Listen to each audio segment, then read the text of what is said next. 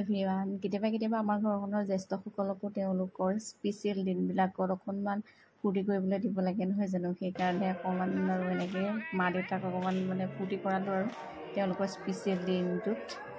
গতিকে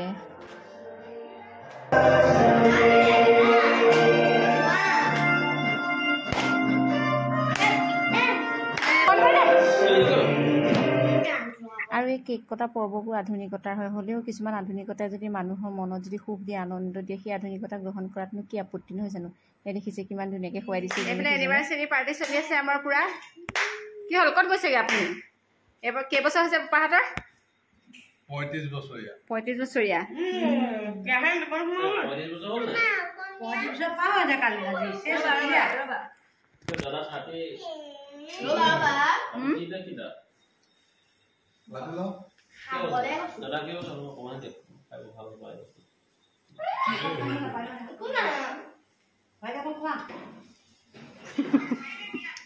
এইফালে মই খাই লওঁ কেকটো